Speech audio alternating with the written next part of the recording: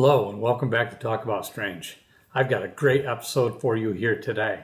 I got a great message in, a letter in. I actually had lost it. I couldn't find it. I didn't know what happened to it. I finally found it. It was in my spam mail folder. I don't know how it got there.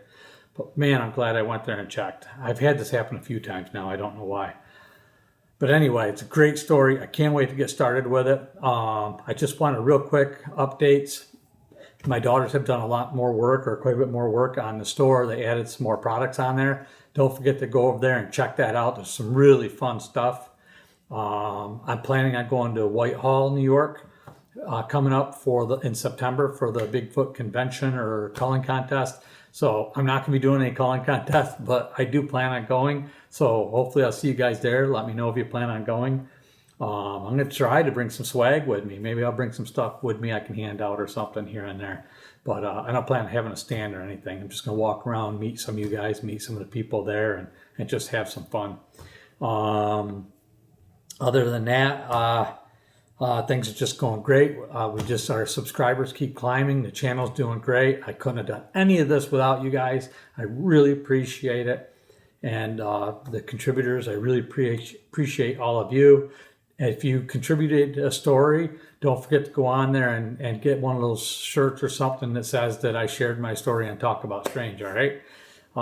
So that's about it for the updates. I want to get right to this because it's a fairly long story, but it's a really good story, so stick around. You're going to enjoy this. This is different than anything we've done so far. Well, it's a little bit different, you know what I mean? So you'll find out. Just hang in there. All right, let's get going. Steve, hello. I watch your channel a lot. To be fair, I also watch the other Steve. I'm sure you know who I mean. Yeah, I do. I like you both. I think he definitely has a lot more experience. That's true. That's true. That's not a bad thing, though. He's been doing this a long time. I think your channel will definitely grow as big as his and anyone else's out there. I say that because, like a lot of people say, you are a genuinely good guy. And good guys don't always finish last. That's good to know. Thank you. To be honest and upfront, I want you to know that I sent this story to the other guy a very long time ago, but I never received a reply. I'm sure it's just lost in the slush pile as he gets an ungodly amount of messages. Yeah, I would agree with that. It's probably exactly what happened. So I'm sending it to you now, and hopefully you can share it on your channel.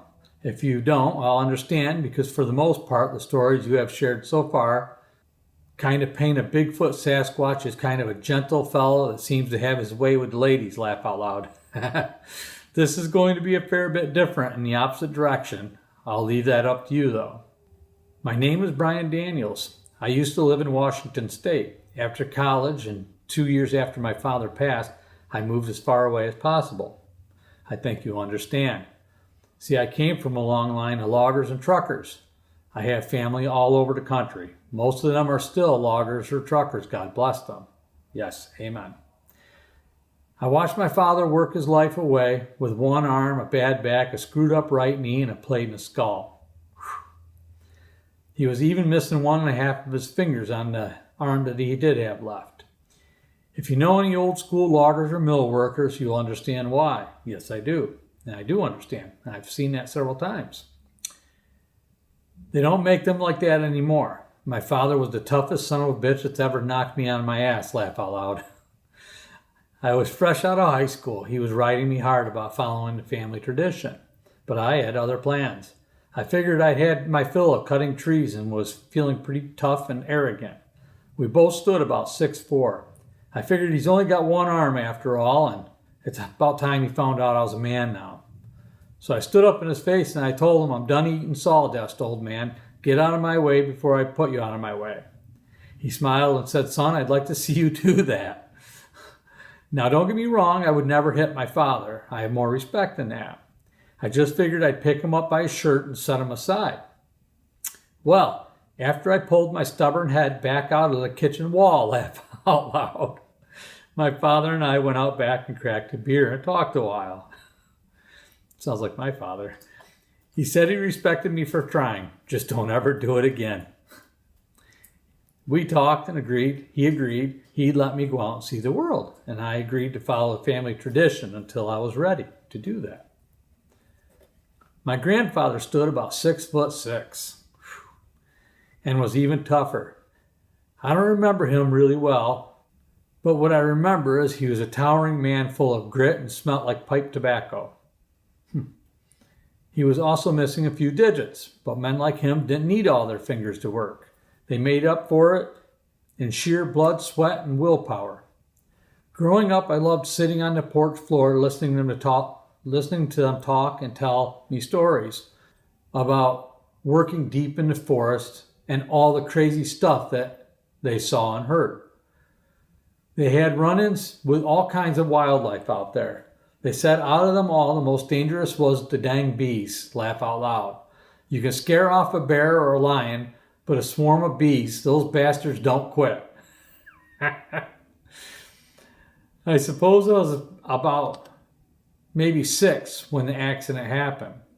I don't know the exact location, only it was in the Clearwater Mountain area. I remember when my father was telling me the stories about him and my grandfather working in those mountains.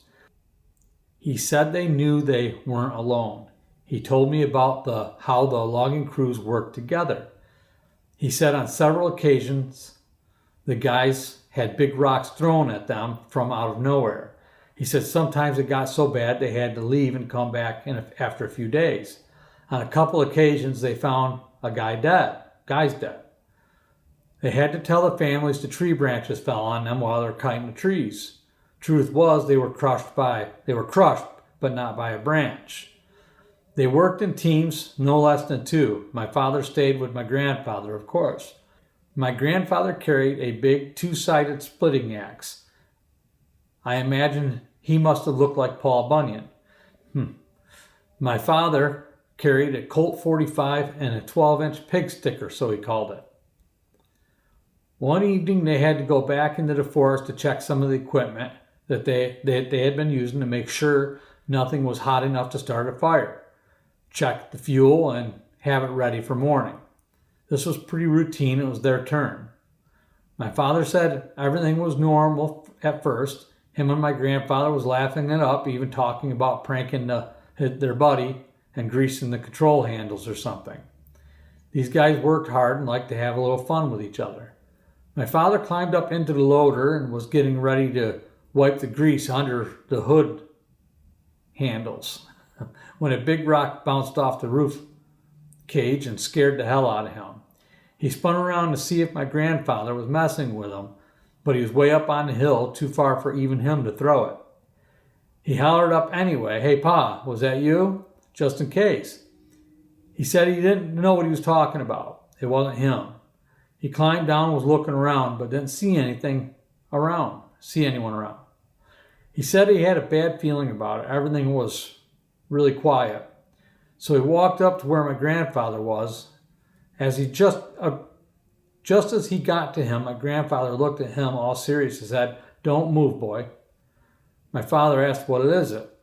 My grandfather said, "It's one of them. He's right here behind these trees. Do you smell him?" My father sniffed the air and said, "Yeah." He said the smell was worse than a rotting carcass on the side of the road. He told my father, "Let's just back up slowly and get out of here." My father started backing up and my grandfather followed. They heard another rock hit the loader again, and then the dozer right next to them got hit. They were scared but kept stepping backwards. My grandfather slipped and fell in the chaos, and the one in front of them stood out from behind the trees and let out a bone-chilling scream. My father panicked and pulled out his gun while my grandfather was trying to get up. The Bigfoot started walking towards them as the rocks and branches continued to bounce off the equipment. My grandfather yelled at them to get the hell out of there, hoping it would scare them off, but it only made them madder. Then a rock hit the side of my father's knee and broke his leg. My grandfather got pissed and hollered, "That's it, you sons of bitches. I'm mad now."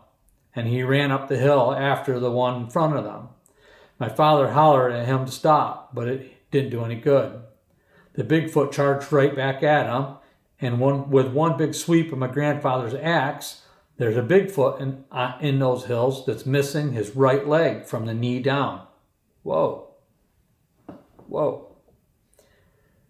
My grandfather chopped off half of his leg, but before he fell, he swung his big arm into the side of my grandfather's head and bounced him off the bulldozer track. My grandfather was hurt and bleeding, but wasn't out. He shook his head and then stumbled back down to my father. 2 more of them came out of the woods. My father fired rounds off at them, but it didn't seem to affect them by the bullets. My grandfather stood between my father and the first one and was getting ready to swing his axe, but it plowed into my grandfather and threw him into a pile of logs. Then it turned to my father. They made eye contact, and my father put a .45 slug in its eye. As it let out a scream, the other one grabbed my father's left arm and started thrashing him about. My father said he heard the bones in his arms breaking over and over, and then it threw my father over the log pile, and he rolled down the hill until he hit a big rock, and that's how he ended up with a plate in his head. Apparently, they left them both for dead. My grandfather had a broken arm, several broken ribs, a broken eye socket, major concussion, bleeding on the brain. Yet he managed to crawl down the hill and find my father and drug him down the hill to a crossroad. The crew boss found them. He had already ran up the hill because he heard shots fired and found them as he was on his way back down. My grandfather died on the way to the hospital, and my father was in a coma for 6 weeks. He woke up with a plate in his head, one arm, and a bad knee. From the hospital, they took him straight to my grandfather's grave. He never said a word and hardly spoke after that. 4 months later, he was back to work. All the records stated it was just a logging accident because they didn't want to get shut down. They gave my father a shit ton of money and paid all of his medical bills. But he was a different man from that day forward. I was screwing around in the garage one day when my dad came home from work. I watched as he climbed out of the truck and stretched his tired, sore body. I asked him why he keeps going out there. You don't need the money. Any other time, he would grin and walk away. But to my surprise, he said, I'm looking for them. I said, who?